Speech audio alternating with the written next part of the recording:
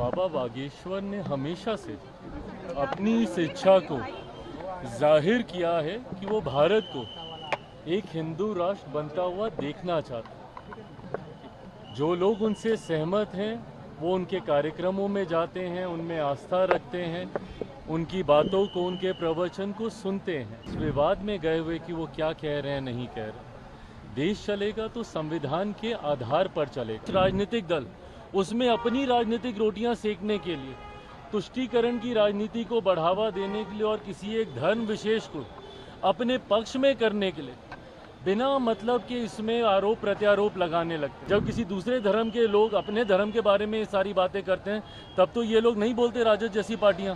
क्यों? क्योंकि उस वक्त इनको तुष्टीकरण करना होता है। हकीकत ये है कि देश में एक बड़ा राजनीतिक दल और खासतौर पे विपक्षी दलों का एक समुदाय अब ऐसा बन गया है जिनके लिए भारत में सेक्युलरिज्म का मतलब एक धर्म विशेष का तुष्टीकरण करना है। ये कौन सी बात उन्होंने पहली बार बोली है? बाबा बागेश्वर ने हमेशा से अपनी इस इच्छा को जाहिर किया है कि वो भारत को एक हिंदू राष्ट्र बनता हुआ देखना चाहते हैं। जो लोग उनसे सहमत हैं वो उनके कार्यक्रमों में जाते हैं, उनमें आस्था रखते हैं, उनकी बातों को, उनके प्रवचन को सुनते हैं। और एक बहुत बड़ी देश की आबादी है जो उनकी बातों से सहमत होती है। बहरहाल बिना इस विवाद में गए हुए कि वो क्या कह रहे हैं, नहीं कह रहे। देश चलेगा तो संविधान के आधार पर चलेगा। और जो राजनीतिक दल, हर धर्म गुरु की इच्छा होती है कि देश उनके धर्म के आधार पर चले।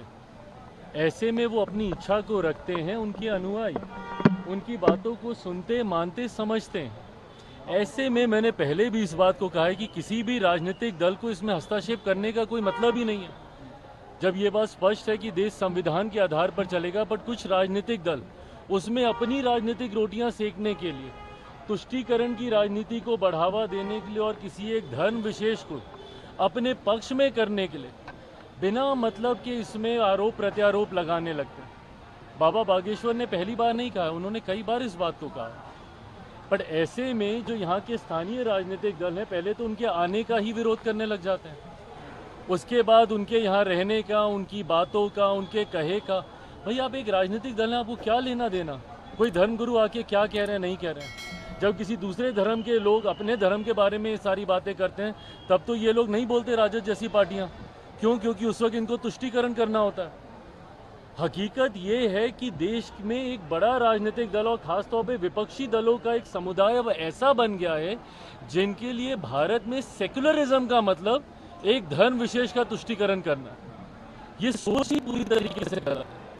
राजनीतिक दलों को अपनी टिप्पणी सिर्फ राजनीतिक आधार पर ही रखनी चाहिए और सिर्फ सरकार की नीतियों के आधार पर करनी चाहिए। धर्मगुरुओं ने कई बार ऐसी बातें कही और कई धर्मगुरु ऐसी बातें करते रहे हैं।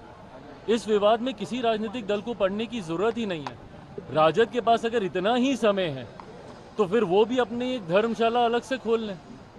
फिर क्यों वो किसी एक राजनीतिक संगठन का हिस्सा बने हुए हैं? अगर उनको टिप्पणी करनी है, करें ना भैया, बिहार में हमारी सरकार को लेकर करें, देश में हमारी सरकार को लेकर। पर इस तरीके की बातें कर